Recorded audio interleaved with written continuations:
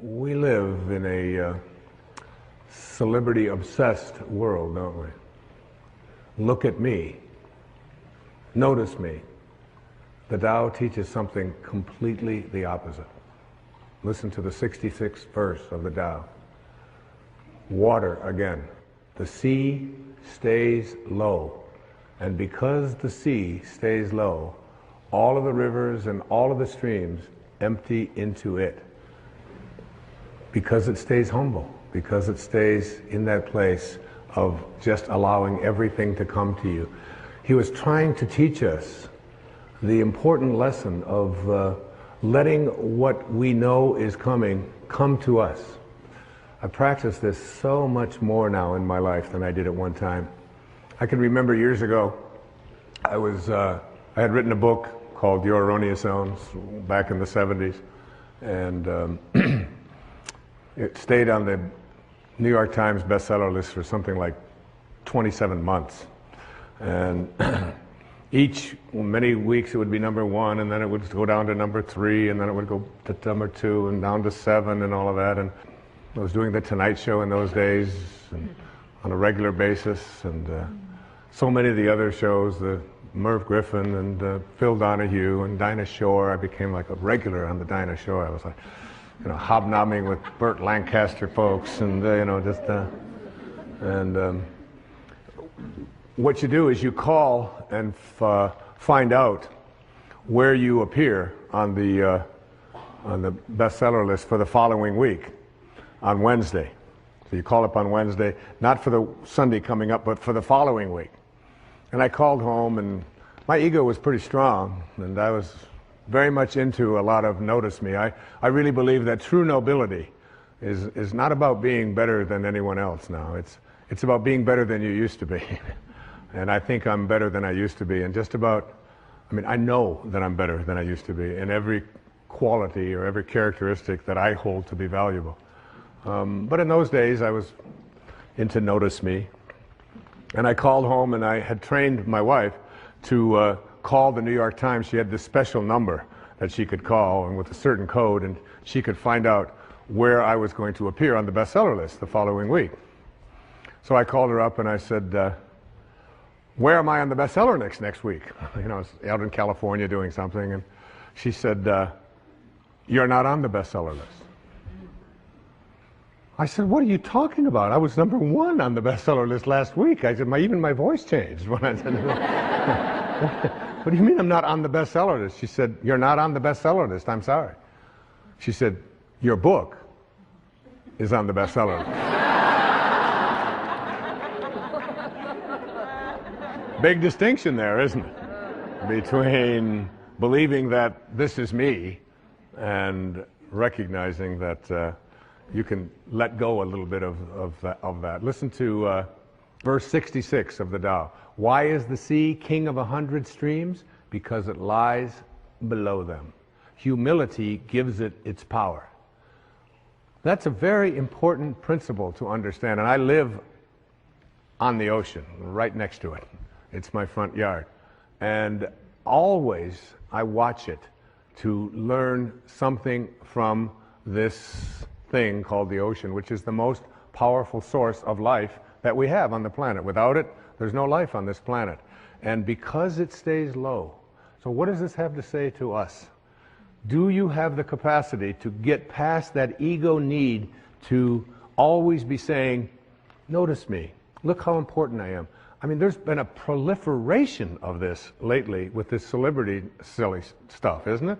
CNN is doing full hour shows on silly little things about what happened to this particular celebrity or what happened to that celebrity, and the celebrity's never even done anything. And there's all of this talk about it, and all of the new magazines. And you go through an airport and you look on the newsstand, and all the same photos, just with different magazines. I don't even know what the names of all of them are, but there's like this huge market now that we have for people to get into a state of notice me, notice me, notice me. And how much do we train our young people, particularly in our schools and so on, that the one who is the star is the one who gets the most attention. The one who is the most important and the most valuable is the one that has the most people liking them and so on. This constant obsession with needing to be noticed, when in fact, what I have found for myself is the happiest moments of my life are when I can do it low and slow and not have anybody out there even know what I'm doing. To be able to, I mean, Louise never would have advertised the fact of some of the things I talk about with her generosity. She does it anonymously. It's almost always done in those ways. No, look at me, look and notice me, how important I am, and so on.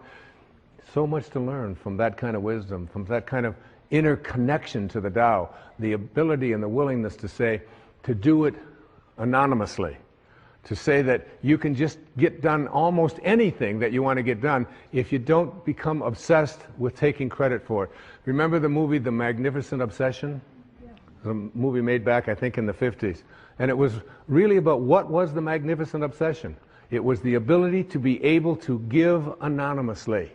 What is Alcoholics Anonymous? It is everybody stays anonymous. Nobody has a title. There's not even anybody in charge. There's nobody, there's no leaders of this. There's no president. There's no vice president. There's no organization. It's just, here's a group of people who just want to help other people whose lives are out of control. So here's a meeting place, and you come, and one day somebody will chair it, and then somebody else another day will chair it. And one of the things I found when I attend one of these meetings is that I feel, you'll see so many people who are downtrodden, who feel as if their life has passed them by, who look like they don't have any teeth, they haven't shaved, they're dirty, they're God in disguise. Mother Teresa was asked the question about what she does when she was in Calcutta, and she said, every day, I see Jesus Christ in all of his distressing disguises. All of his distressing disguises. That you can see this source, you can see the Tao, you can see it when, particularly in those who are the most obscure, the most isolated from everyone else. And whenever I go to one of those meetings and I hear people get up and they tell their stories, I feel there's so much presence of the source, of God, of Spirit, of Lao Tzu, of Tao, whatever you want to call it, in one of those meetings than I've ever felt in any church. I've never felt the presence of it more. And I encourage you, any of you watching this right now, go to one of those meetings. You don't have to be an alcoholic. You don't have to. I'm not an alcoholic. I don't call myself an alcoholic. I was never out of control. I drank, but I wasn't out of control. And but I still go to those meetings. I have people in my own family that have struggled with addiction, and I go with them, and I sit there and I listen to those stories, and I get shivers down my back when I think about how beautiful it is to be in the presence of people. All they want to do is help each other. There's a movie called My Name is Bill W. James Woods played it, and James Garner is in it. And his life just got totally out of control with addictions, totally out of control. And then he went to he went to one of these meetings, and he began to realize, and he said, we can actually take these people, and all we have to do is love them. All we have to do is, and he's so excited about the concept of being able to go out there and offer it. And I keep referring to Louise because she's such a hero to me. There was a time back in the 80s when our president wasn't even able to say the word AIDS, was he? I mean, he could come on, and here was this lady who, before this thing became the worldwide phenomenon that it is, was having meetings in her own house and bringing these people, these downtrodden people who had been labeled outcasts in society, and offering them a place to learn how to love each other and to care for each other. This was long before there was any celebrity status associated with trying to end this horrible crisis that our country has and our world has had. There was James Wood, so excited about the idea of we can create a place where we're anonymous. Nobody has to know anything about us. We don't have to say our names. We don't have to say anything. We just have to come there and we can help each other. And before that happened, everybody who got out of control with addictions, particularly with alcohol, would die.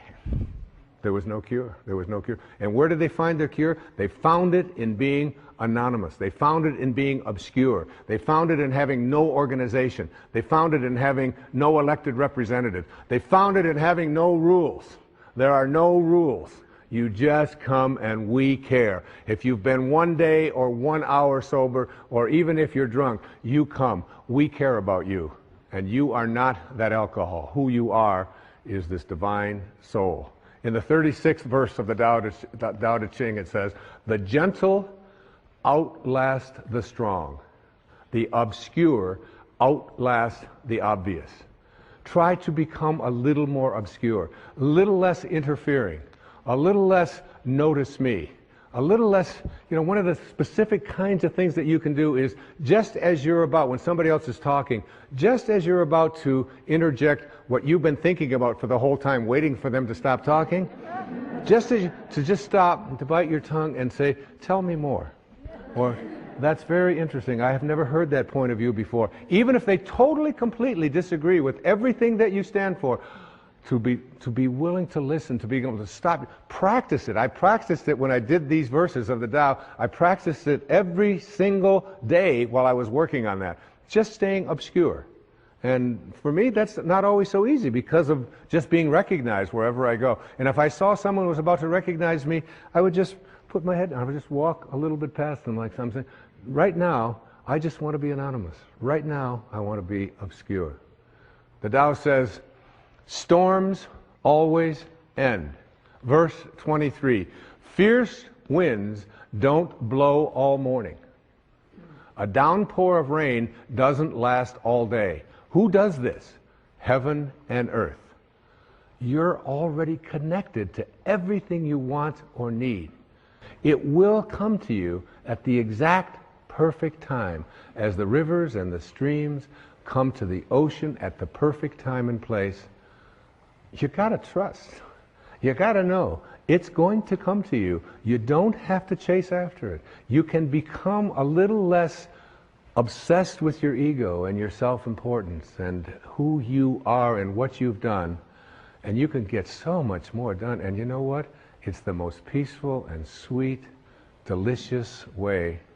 It's like the song that Cecilia was singing about the rose.